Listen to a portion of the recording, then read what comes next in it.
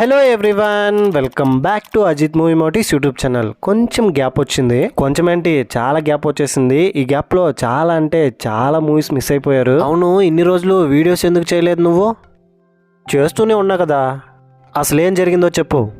అంటే అది కొంచెం స్ట్రెస్, కొంచెం హెల్త్ ఇష్యూస్, ఫ్యామిలీ ప్రాబ్లమ్స్ కూడా.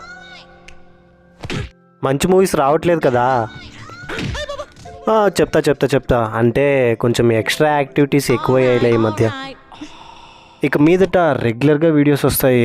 నేను ఈ వీడియోలో లేటెస్ట్గా తమిళ్లో రిలీజ్ అయిన రసవతి అనే ఒక థ్రిల్లర్ మూవీని ఎక్స్ప్లెయిన్ చేయబోతున్నాను. మూవీ మాత్రం చాలా ఇంట్రెస్టింగ్గా ఉంది. అంటే నేను అనుకుంటున్నా చాలా రోజులైంది వీడియోస్ చేసి, ఇప్పుడు ఏ మూవీతో మీ ముందుకు వద్దామని. అదే టైంలోనే నేను ఈ మూవీ చూశాను నేను నైట్.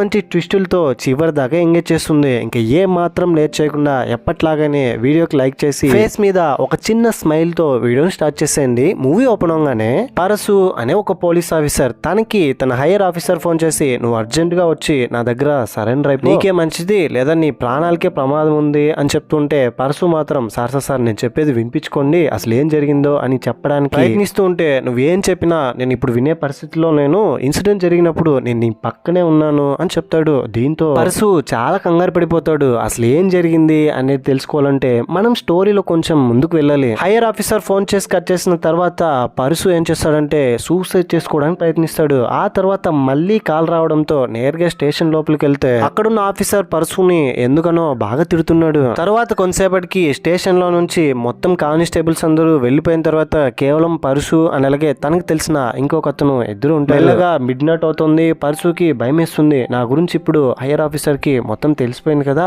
ఇప్పుడు నా దగ్గర ఉన్నది మూడు దారులు. ఒకటేంటంటే నేను చనిపోవాలి, లేదంటే నేను సరెండర్ అయిపోవాలి, ఇంకొకటి ఏంటంటే ఆ హైయర్ ఆఫీసర్ని చంపేయాలి అని చెప్పి మూడో ఆప్షన్ని సెలెక్ట్ చేసుకుని టాయిలెట్లో ఉన్న ఆఫీసర్ని ప్లాన్ చేసి మరీ చంపేశాడు. ఆ తర్వాత నెక్స్ట్ డే ఏం తెలియనట్టుగా తన అంత్యక్రియలో పాల్గొంటాడు పరసు.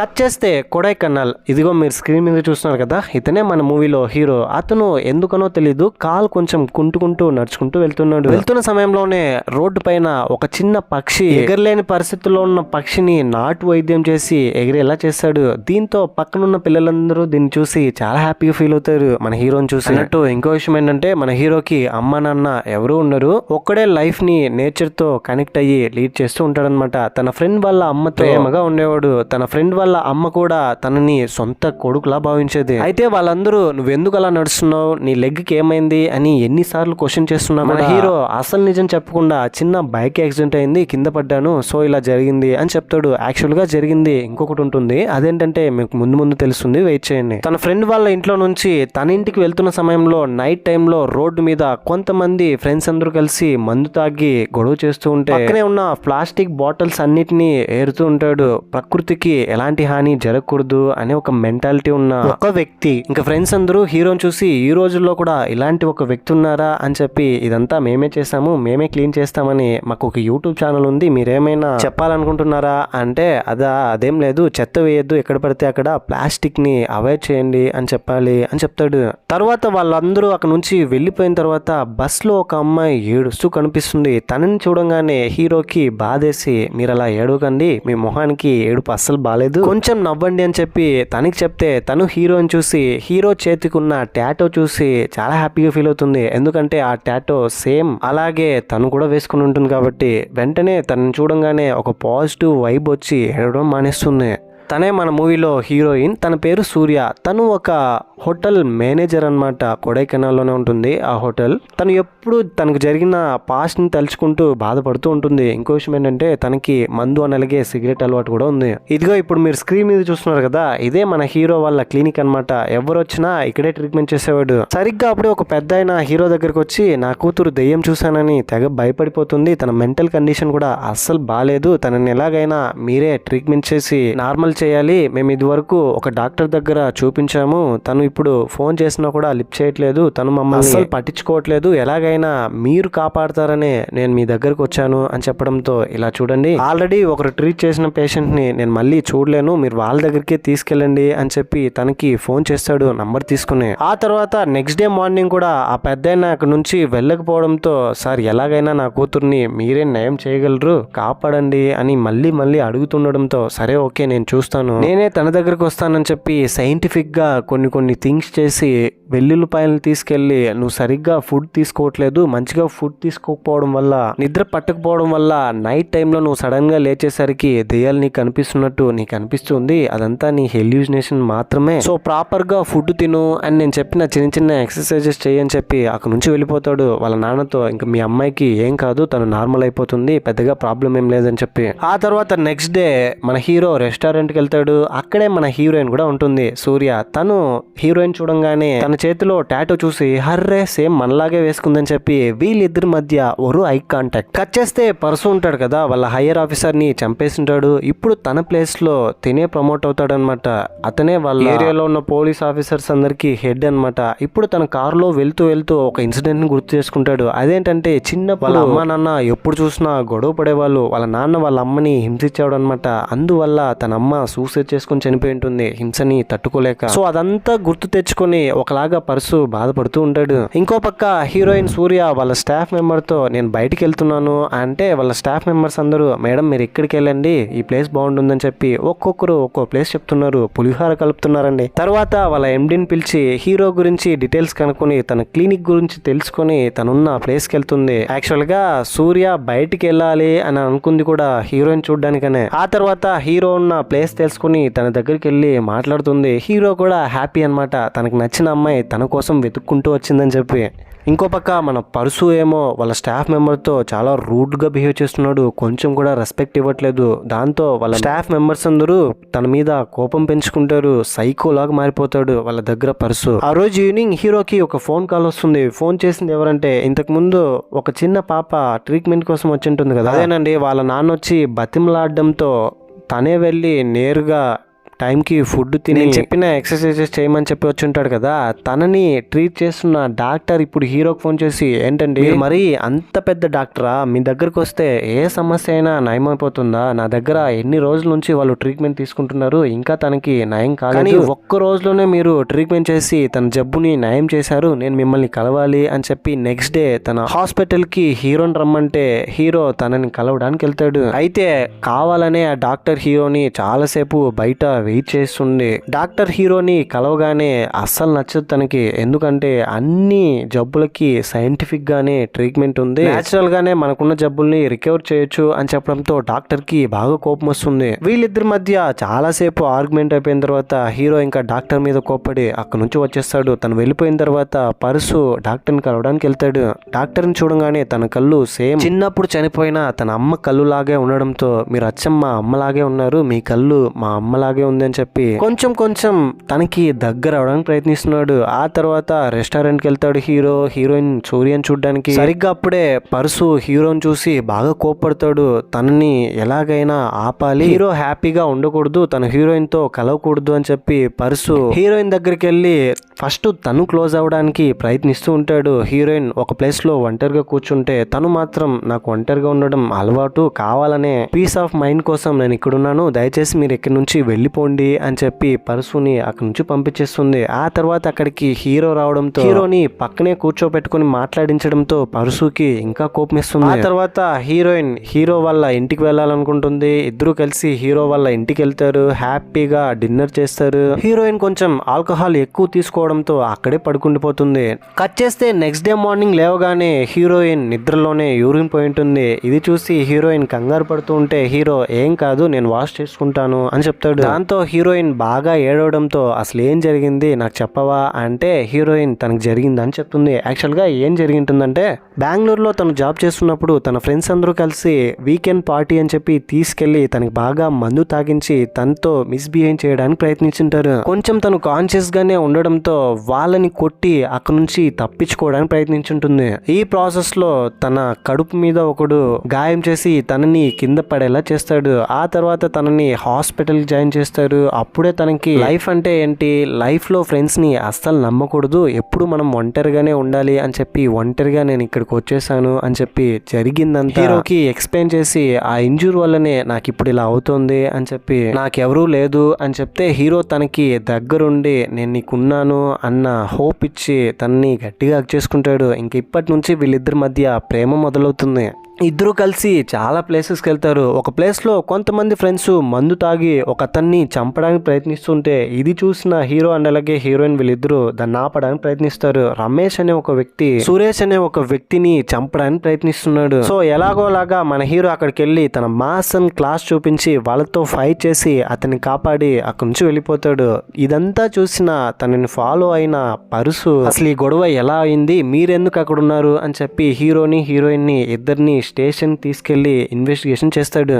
ఇన్వెస్టిగేషన్ లో హీరోకి హీరోయిన్ కి ఇందులో ఎలాంటి సంబంధం లేదు, వాళ్ళదేం తప్పు లేదని తెలుసుకున్న తర్వాత వాళ్ళని అక్కడ నుంచి పంపించి ఇంటికి వెళ్ళి ఇంటి లోపల ఉన్న హీరో ఫోటోని చూసి ఆ ఫోటోని కాల్ చేస్తాడు పరుసు. దీని ద్వారా మనకు అర్థమయ్యేది ఏంటంటే పరుసుకి హీరో మీద పగుందని. ఇంతటితో ఇంటర్వెల్. సెకండ్ హాఫ్ లో కులబే ముందు మీకు గనక నా ఎక్స్ప్లెనేషన్ నచ్చితే మరిన్ని ఇలాంటి కైండ్ ఆఫ్ ఎక్స్ప్లెనేషన్ వీడియోస్ కోసం మన ఛానల్ ని సబ్స్క్రైబ్ చేసి బెల్ ఐకాన్ క్లిక్ చేసేయండి. Thank you. Second half open అవగానే రమేష్ అనే ఒక వ్యక్తిని సురేష్ అనే ఒక వ్యక్తి చంపుతుంటాడు కదా, ఆ సురేష్ ని పట్టుకొని పరుసు బాగా కొట్టి విచారిస్తే తను అసలు నిజం చెప్పేస్తాడు. తనని ఎవరు చంపమని పంపించారని చెప్పి. ఇంతకీ చంపమని చెప్పింది ఎవరో కాదు, డాక్టర్. అదేనండి మన హీరోని పిలిచి ఆర్గ్యుమెంట్ చేసి తనతో గొడవపడి అక్కడ నుంచి పంపించేసి ఉంటుంది కదా ఆ డాక్టర్. పరుసు తన దగ్గరికి వెళ్ళి మీ కళ్ళు అచ్చం మా అమ్మలాగే ఉంది అని చెప్పింటాడు.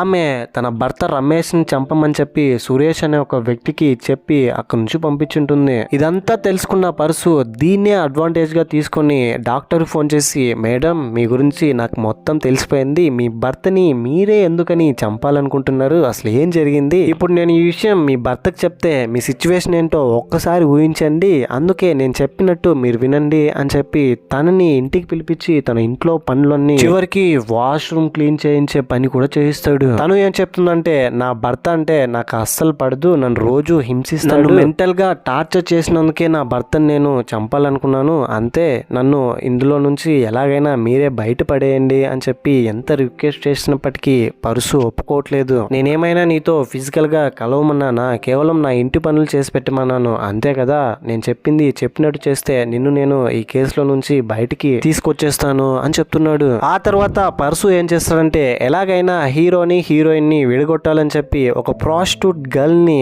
హీరో వాళ్ళ ఇంటికి పంపించమని వాళ్ళిద్దరూ కలుసున్న సమయంలో అక్కడికి పంపిస్తే ఆ అమ్మాయితో హీరో అమ్మా నువ్వు ఎందుకు ఇలా చేస్తున్నావో నాకు అర్థమైంది, నిన్ను ఎవరు పంపించారో చెప్పు, నువ్వు ఎంత చేసినప్పటికీ ఇక్కడ నా హీరోయిన్ సూర్య నన్ను వదిలిపెట్టి వెళ్ళదు, నేనంటే తనకి అంత ఇష్టం అని చెప్తాడు. ఆ తర్వాత ఇంకా ఆమె అక్కడ నుంచి వెళ్ళిపోతుంది.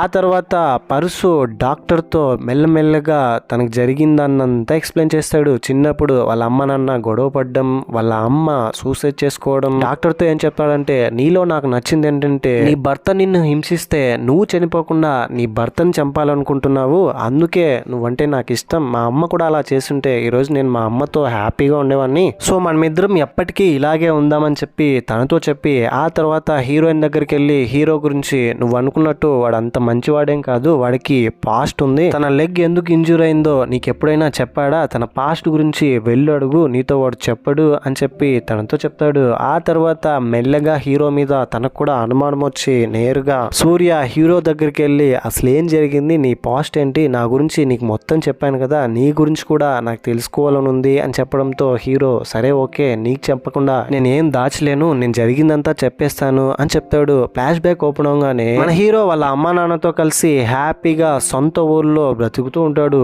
కొద్ది రోజులకి వాళ్ళ అమ్మ చనిపోతుంది. వాళ్ళ అమ్మ చనిపోయినప్పటికీ వాళ్ళ నాన్న తనని కేరింగ్ గా చూసుకుంటాడు. ఆ తర్వాత కొద్ది రోజులకి మెల్లగా వాళ్ళ నాన్న అనారోగ్యంతో చనిపోతాడు. ఒంటరిగా హీరో మిగిలిపోవడంతో ఇంకా అమ్మా నాన్న మొత్తం అందరూ హీరోకి ఊర్లో ఉన్న తన ఫ్రెండ్స్ అయిపోతారు. వన్ వర్డ్ లో చెప్పాలంటే తనకి అమ్మా నాన్న లేకపోయినప్పటికీ అన్ని తన ఫ్రెండ్సే. ఆ తర్వాత కొడైకెనాల్ లో అక్కడే క్లినిక్ పెట్టుకుంటాడు.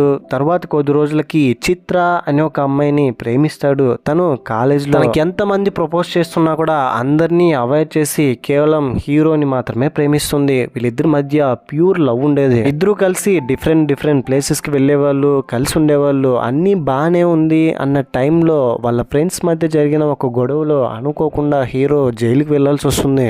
ఎన్ని రోజులైనప్పటికీ తను బయటకు రాకపోవడంతో చిత్రాకి వేరొకతనితో పెళ్లి చేస్తారు వాళ్ళ ఇంట్లో వాళ్ళు. ఇది తెలుసుకున్న హీరో జైల్లోనే చాలా నరకం అనుభవిస్తాడు. తను జైలుకి వెళ్ళడానికి రీజన్ ఏంటంటే తప్పుడు కేసు పెట్టింటారనమాట తన మీద. తన ఫ్రెండ్ తనని మోసం చేసి తను ఎవరినో పొడిచి చంపి నా ఫ్రెండ్ చేసినట్టుగా హీరోని ఇందులో అనవసరంగా తన ప్రమేయం లేకుండానే ఇరికిచ్చేసింటారు. ఆ తర్వాత తను జైల్లో నుంచి బయటకు వచ్చి ఒంటరిగా లైఫ్ ని లీడ్ చేస్తూ ఉంటాడు. సరిగ్గా అప్పుడే చిత్రాకి ఒక అతనితో పెళ్లి అయిపోయింది అని చెప్పాను కదా, అతను ఎవరో కాదు, మన పరశునే చిత్రాన్ని పెళ్లి చేసుకుని ఉంటాడు. తనని పెళ్లి చేసుకున్న తర్వాత తను ఆల్రెడీ ఒక అబ్బాయిని ప్రేమించిందని తెలుసుకొని కాలేజ్ డేస్ లో నీకు ఒక లవ్ ఉంది, వాడితో నువ్వు ఏం చేసావని పాపం చిత్రాన్ని రోజు పరశు మెంటల్ గా టార్చర్ చేసేవాడు.